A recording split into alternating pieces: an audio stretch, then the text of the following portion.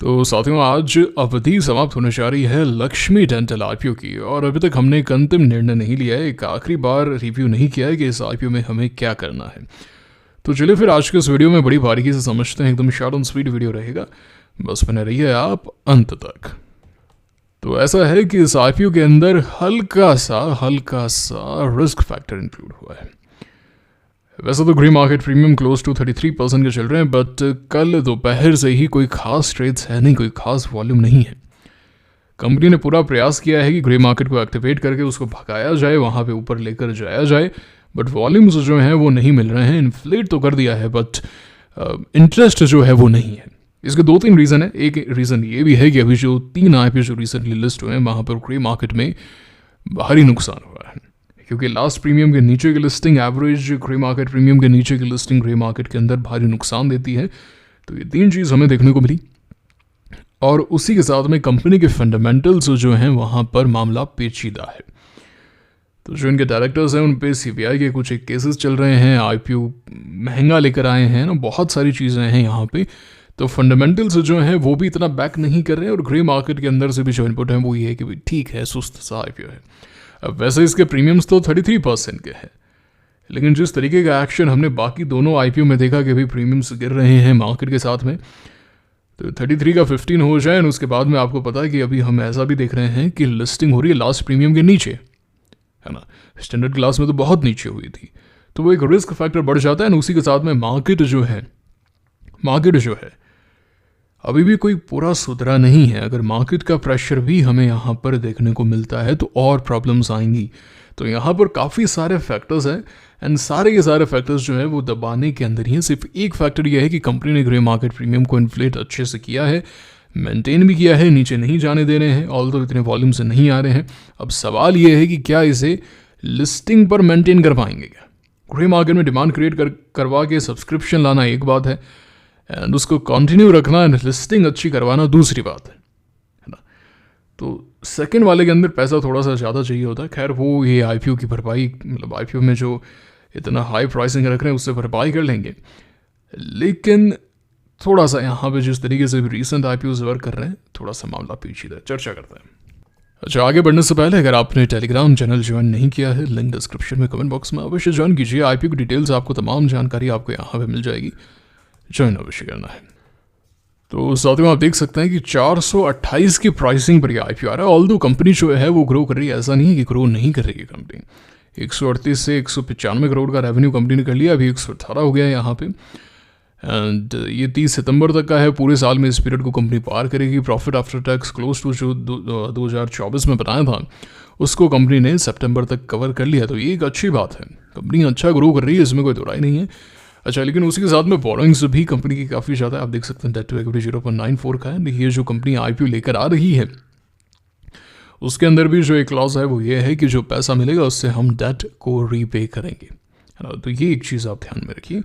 And अब अगर हम पी मल्टीपल्स के बारे में बात करें तो ये हल्का सा महंगा है, हल्का सा अपर साइड पे है ये। अगर आप ग्रोथ को भी फैक्टर इन वगैरह करेंगे तो ये क्या है, 400 की रेंज में होना चाहिए था, एटलीस्ट 350 से 375 इस रेंज में तो होना ही चाहिए था, बट ये थोड़ा सा महंगा लेकर चले गए, ठीक है। लेकिन अगेन मार्केट अच्छा हो तो कुछ ज़्यादा फर्क नहीं पड़ता है, बट मार्केट अभी ऐसा है तो बात चल रही है। अच्छा, उसी के साथ में लक्ष्मी डेंटल की जो एंकर लिस्ट है वो अच्छी एंकर लिस्ट मानी जाएगी, है ना। ऐसे कोई तोड़ फोड़ एकदम वैसी भी बात नहीं है, और एकदम बेकार एवरेज वैसी भी बात नहीं है, अच्छी ठीक ठाक एंकर लिस्ट है इसकी, है ना। यहाँ भी म्यूचुअल फंड्स ने भी पैसा लगाया है, बाहर से भी पैसा है, आप देख सकते हैं बतावी इन्वेस्टमेंट अथॉरिटी, नोमुरा ट्रस्ट से भी पैसा है, गोल्डमैन सैक्स ने भी पैसा लगाया। तो पैसा डेफिनेटली यहाँ पे लगा है, म्यूचुअल फंड्स वगैरह भी हैं, तो एंकर लिस्ट ठीक है, अच्छी है ना। अब यहाँ पे जो प्रॉब्लम चल रही है वो ये है, आप यहाँ पे देख भी सकते हैं कि कुछ एक सीबीआई के केसेस चल रहे हैं, कोई करप्शन चार्जेस वगैरह चल रहे हैं कंपनी के डायरेक्टर के ऊपर। आप देख सकते हैं, ये मैंने आरएचपी के अंदर ही निकाला है। तो कोई चार्जशीट वगैरह फाइल हुई थी 2015 के अंदर हुई थी, प्रिवेंशन ऑफ करप्शन एक्ट के अंदर अशोक कुमार सिंह एंड बाकी भी यहाँ पे इन्होंने बताया है, काफ़ी सारी चीज़ें बताई है ना। राजेश खक्कड़ इनके अगेंस्ट में चल रही है। तो ये एक चीज़ है गाइस जो हल्का सा मामला नेगेटिव कर रही है। अब अगर हम सब्सक्रिप्शन फिगर्स के बारे में चर्चा करें तो QIB फिगर में अभी तक करीब 178 करोड़ रुपए लगे हैं QIBs के द्वारा, जो होता है close to 0.85 times. And application wise करीब 70,000 एप्लीकेशन लगी है स्मॉल HNI में, बिग HNI में करीब 41,000 लग चुकी हैं, करीब 14.5 लाख रिटेल एप्लीकेशन इस IPO में अभी तक लग चुकी हैं। तो सब्सक्रिप्शन उतना तकड़ा, उतना धमाकेदार तो नहीं है, पर खराब भी नहीं है ना। तो ऐसा लग रहा है कि इन सभी चीज़ों को देखते हुए ये जो IPO है वो एकदम ठीक ठाक, ओके शोकेश, पॉजिटिव लिस्ट होके ठीक ठाक लिस्टिंग डे प्रीमियम्स दे सकता है ना। बट अगेन मार्केट का साथ चाहिए, अगर मार्केट का साथ नहीं है, हल्की सी पे प्रॉब्लम आती है तो वो एक बड़ा रिस्क फैक्टर है, क्योंकि जो डिसेंट प्राइस्ड IPO रहे हैं जैसे स्टैंडर्ड क्लास या क्वाड्रेंट फ्यूचर अब क्यों वर्क कर रहा है, क्योंकि उसकी प्राइसिंग ठीक थी, और जैसे मार्केट से हल्का सा प्रेशर हटेगा ये इनिशियली वर्क करने लग जाते हैं।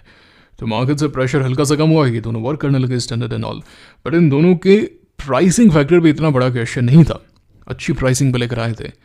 अब ये लाए ही इतना महंगा है ना, लाए ही इतना महंगा, 20-25% महंगा है। तो वो एक फैक्टर प्ले हो जाता है कि भाई अगर ईजी IPO जो हैं, जो ठीक प्राइसिंग पर आए हैं, उनके साथ में ये हो रहा है, तो यहाँ पे क्या हो सकता है।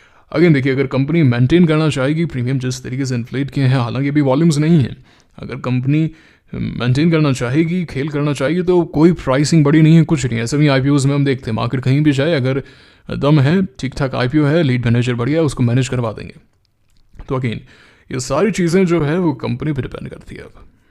अब इसके एक बार प्रीमियम ग्राफ के बारे में भी चर्चा कर लेते हैं। 50 से प्रीमियम शुरू हुए थे, जो 180 तक, 190 तक गए थे, फिर जो है वो लगातार नीचे आके 120 पे लुढ़के हैं, और अभी 145 के चल रहे हैं। वॉल्यूम्स नहीं है कल दोपहर से। अब यहाँ पे फाइनल डिसीजन यही है कि small listing day gains with a lot of risk, अगर कोई इसमें अप्लाई करना चाहे तो बिल्कुल किया जा सकता है for listing day purpose. A lot of risk, risky bat है ना, रिस्की बैट है। ऐसा नहीं है कि ईजी है, यहाँ पे बहुत सारे फैक्टर्स हैं। अगर उन सभी चीज़ों को देखते हुए अगर आप रिस्क को बचा सकते हैं, दैन इसके अंदर अप्लाई करने में कोई दिक्कत नहीं है। कंपेरेटिवली ईजी अलॉटमेंट होगा बाकी जो 2-3 IPO गए हैं उनसे। एंड उसी के साथ में QIB फैक्टर भी देखा जा सकता है कि भाई 2 बजे तक QIBs क्या पैसा लगा रहे हैं, 2 से 3 के आसपास मेजर पोर्शन आता है उनका। तो ये भाई QIB किस तरीके से पैसा लगा रहे हैं वो भी एक फैक्टर रहेगा, ठीक है। अब आप क्या कर रहे हैं, क्लियर कट आंसर नहीं है इसका। आप सोचो क्लियर कट आंसर नहीं है, इसको आपको अपने रिस्क एपेटाइट के अनुसार डिसीजन लेना पड़ेगा कि मैंने आपको सारे रिस्क बता दिए, ये रिस्क है। पॉजिटिव ऐसा बोल के कि भाई बहुत ही बढ़िया, ऐसा कुछ भी नहीं है। प्राइमरी सेकेंडरी दोनों तरफ से मार्केट में प्रॉब्लम है, कंपनी स्पेसिफिक रिस्क भी है, क्लियर कट कुछ भी नहीं है, रिस्क है।